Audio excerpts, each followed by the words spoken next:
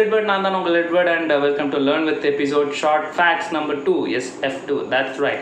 And இன்னைக்கு நான் எதை பற்றி பேச வரேன்னு பார்த்தீங்கன்னா, that's right, it's a pen. So, pen எங்கேருந்து கண்டுபிடிக்கப்பட்டது அப்படின்னு பார்த்தீங்கன்னா, pen dates back to ancient Egypt, that's right. First பெண்ணை கண்டுபிடிச்சது பார்த்தீங்கன்னா ancient Egyptians. So, and the ancient Egyptians வந்துட்டு they used to write on scrolls. They were the first one to write on the scrolls.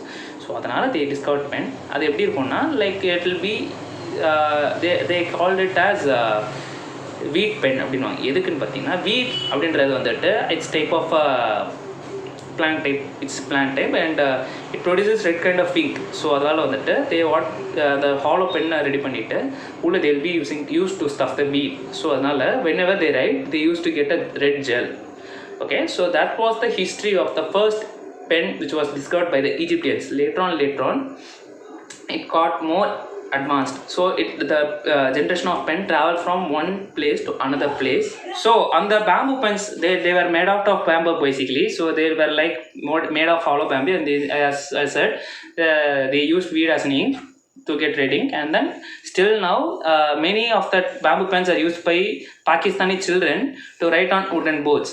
இது வந்துட்டு எப்போ வரைக்கும்னு பார்த்தீங்கன்னா, this prevailed over mid century oda this bamboo pen prevailed. After that the first quill pen, அதாவது நீங்கள் Harry போட்டர்லாம் பார்த்துருப்பீங்க, அந்த ரெக்கை வச்சு எடுத்துவாப்பில் சைன்லாம் ரெக்கை வச்சே போடுவாப்பில், அவ்வளோ பெரிய அப்பாட்டாக்கர், ஐ மீன் அவ்வளோ போட்டர், ஹாரி போட்டர். ஸோ வந்துட்டு அந்த மாதிரி வந்துட்டு they started to write. So அதே மாதிரி தான் the quill which was used to collect from birds, and then they have a attached, they will be used to attach the nib to it and then dip it in an ink and used to write. So இந்த quill pen வந்துட்டு கியூரூஸ்னால் use பண்ணப்பட்டது. Dead sea scroll அப்படின்னு சொல்கிற அந்த scrolls write பண்ணுறதுக்காக use பண்ணியிருந்தாங்க. So அதே மாதிரி தான் ஃபஸ்ட்டு அந்த பேம்பூலேருந்து it came now to that quill. So அதே மாதிரி தான் அதை வந்துட்டு அந்த ஃபெதர் எடுத்துட்டு they attached a nib to it and then they dipped in ink and then started to write. அதுக்கப்புறம் பார்த்தீங்கன்னா நியூ ஸ்டீல் பென்ஸ் எப்போ இன்வெல்ட் பண்ணாங்கன்னா, அந்த டைம் 1792 அந்த டைம்ஸ் தான் வந்துட்டு இந்த நியூ ஸ்டீல் பென் அப்படின்றது வந்து இன்ட்ரடியூஸ் பண்ணாங்க. அது யார் இன்ட்ரடியூஸ் பண்ணான்னு பார்த்தீங்கன்னா, ஸோ அந்த பென்னுக்கு வந்து பார்த்தீங்கன்னா அப்போ பேட்டன்ட் எதுவும் வாங்கலை. So they just manufactured and distributed like simply without any patent rights or copyright something. and then அதில் ஃபர்ஸ்ட் பேட்டன்ட் வாங்குறவர் யாருன்னு பார்த்தீங்கன்னா பிரையன் டோக்லன்றதால 1811 அப்போ பேட்டன்ட் ரைட்ஸ் வாங்கி இது பண்ணப்பட்டது. அதுக்கப்புறம் பார்த்தீங்கன்னா ஜான் மைக்கேல் ஆஃப் பிட்டிங்ஹாம் அப்படின்றவர் வந்து என்ன பண்ணார்னா, லார்ஜ் நம்பர் ஆஃப் பென்ஸ், அதுவும் மெட்டல் நிப்போட தயாரிக்க ஸ்டார்ட் பண்ணார். அவருக்கு அப்புறம் இவர் வந்துட்டு ஜான் மெட்டல்ஹாம் அப்படின்றவர், அவர் வந்துட்டு இந்த பென் இதை வந்துட்டு next level, I mean large ஸ்கேலோட ஒரு காப்பிரைட்டோட பேட்டன்ட்டோட மெட்டல் டிப்போட he started to develop new kinds of many kinds of pen. So அதுக்கப்புறம் பார்த்தீங்கன்னா ஃபர்ஸ்ட் ஃபவுண்டைன் பென் அப்படின்ற மாதிரி ஒரு பென் எடுத்துகிட்டு வராங்க. ஆனால் அது ஒரிஜினல் பேர் ஃபவுண்டைன் பென் கிடையாது. அது வந்து எப்படின்னா it kind of a combination of 2 different quills. ஒரு pen made out of 2 different quills. அது எப்படின்னா ஒரு குவில்லில் வந்துட்டு இங்க் வந்துட்டு உள்ளே கெஸ்ட் பண்ணுற மாதிரி இருக்கும். இன்னொரு குவில் வந்துட்டு நிப், இஃப் யூ ஸ்குவீஸ் த நிப் அந்த இங்க் வர மாதிரி the second quill will be there. So இதை வந்துட்டு they later started to bring out. and then இது வந்துட்டு பார்த்தீங்கன்னா ஒரு ஃபவுண்டைன் பென்னோட பேசிஸ் மாதிரி இருக்கும். அதுக்கப்புறம் ரோமேனியன் பெட்ராச்சி அப்படின்ற ஃப்ரான்ஸில் இருக்க ஒரு ஸ்டூடெண்ட் வந்துட்டு ஃபவுண்டைன் பென்னுக்கு வந்து அஃபிஷியலாக கவர்மெண்ட் கிட்ட வந்து பேட்டன்ஸ் வாங்குறாரு. அதே போல் பார்த்தீங்கன்னா மே 1827 அப்போ பேட்டன்ஸ் வாங்கியிருக்காரு. அதுக்கப்புறம் 1850s வந்து இந்த ப்ரொடக்ஷன் ஆஃப் ஃபவுண்டைன் பென்ஸ் வந்து இன்க்ரீஸ் ஆகிருக்கு. அப்புறம் பார்த்தீங்கன்னா October 30, 1888 ஜான் லவுட் அப்படின்றவர் வந்துட்டு ஃபர்ஸ்ட் பால் பாயிண்ட் பென் வந்து இன்ட்ரடியூஸ் பண்ணுறாரு. From fountain pen now the generation goes to ball point pen. அதுக்கப்புறம் பார்த்தீங்கன்னா 1938 லாசோ பீரோ அப்படின்ற ஒருத்தரும், அவர் வந்து யாருன்னு பார்த்தீங்கன்னா ஒரு Hungarian news paper editor.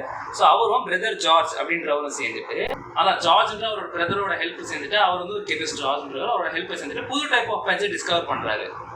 And then பார்த்தீங்கன்னா சால்வோர்ஜர் எட்வர்ட் பென்கலா அப்படின்றவர் வந்துட்டு 1906 ஆட்டோமேட்டிக் பென்சில் அப்படின்றத வந்து கண்டுபிடிக்கிறார். சாலிட் ஃபவுண்டைன் இங்க் பென் 1907 கண்டுபிடிக்கிறார். அதுக்கப்புறம் பார்த்தீங்கன்னா எட்வர்ட் மாஸ்டர் அப்படின்றோட சேர்ந்து நிறைய சொந்தமாக கம்பெனிஸ் வந்து டெவலப் பண்ண ஸ்டார்ட் பண்ணுறாங்க. அண்ட் தென் பார்த்தீங்கன்னா அதோட சேர்ந்து ஹைலைட்டர் அப்படின்றது வந்து யூகியோ ஹோரி அப்படின்ற டோக்கியோ சேர்ந்து ஒரு பென் பண்ணி கண்டுபிடிக்கிறாங்க. 1960 வந்து யூஎஸ் மார்க்கெட்டுக்குள்ள வந்து அதுதான் மார்க்கெட்டுக்கே ராஜா, ரக்கிட்ட ராஜா மாதிரி இருக்கும். அந்த ஃபைனலாக பார்த்தீங்கன்னா இதோட வீடியோட எண்டுக்கு வந்துடும். 1970 பார்த்தீங்கன்னா ஃபர்ஸ்ட் அஃபிஷியலாக modified version of ball pen pen எடுத்துட்டு வராங்க.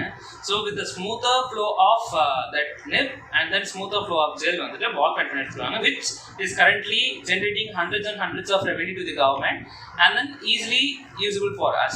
Thank you guys for watching this video, and then let me have you another episode of Learn with Edward. This is your Edward signing off. Bye. மறக்காம like, share, subscribe and share करो. and பாதுகாக்க வெளியும் நீங்க அடிச்சீங்கன்னா உங்களுக்கு regular updates வரும். இதுல நிறைய facts ஓட நிறைய இன்டர்வியூஸ் ஓட coming Tuesday. I mean no more 2 or Tuesday, not Tuesday, coming 2 or more Tuesdays. So I just can't specify the time because of something which is still going on. So within 2 or 3 days you will get your interviews back, and then இது மாதிரி கொஞ்சம் facts உங்களுக்கு நிறைய கிடைக்கும். Thank you.